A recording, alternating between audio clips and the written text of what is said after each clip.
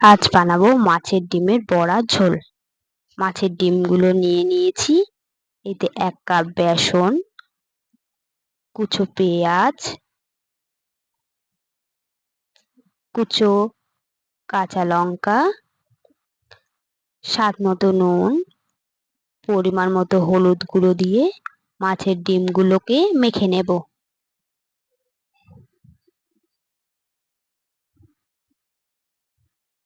মাছের ডিমগুলো মাখা হয়ে গিয়েছে। এবার কড়াইয়ে সর্ষের তেল দিয়ে দেব।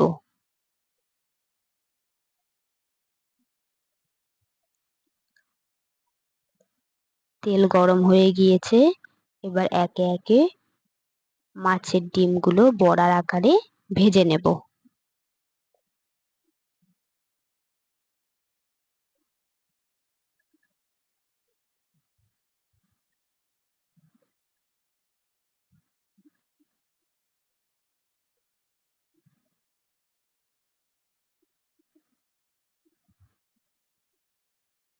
মাছের ডিমগুলো ভাজা হয়ে গিয়েছে, তুলে নেব।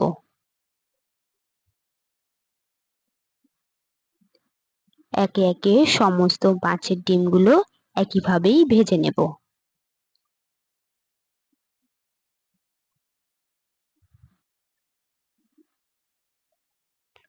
মাছের ডিমগুলো ভাজা হয়ে গিয়েছে। এবার সেই তেলেই ফোড়নে জিরে, তেজপাতা, কুচো পেঁয়াজ, কুচো টমেটো দিয়ে দেব।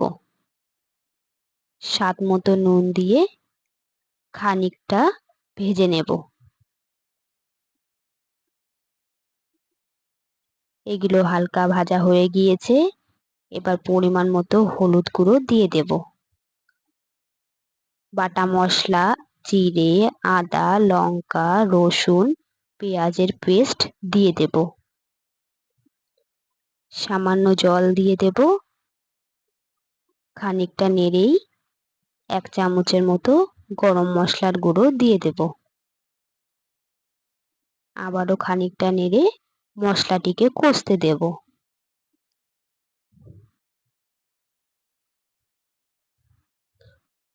মশলাটি কষা হয়ে গিয়েছে। এবার পরিমাণ মতো জল দিয়ে দেব। জল দিয়ে খানিকটা নেড়েই জলটিকে ফুটতে দেব। জলটি এবার ফুটে উঠেছে। একে একে সমস্ত মাছের ডিমের বড়াগুলো দিয়ে দেব।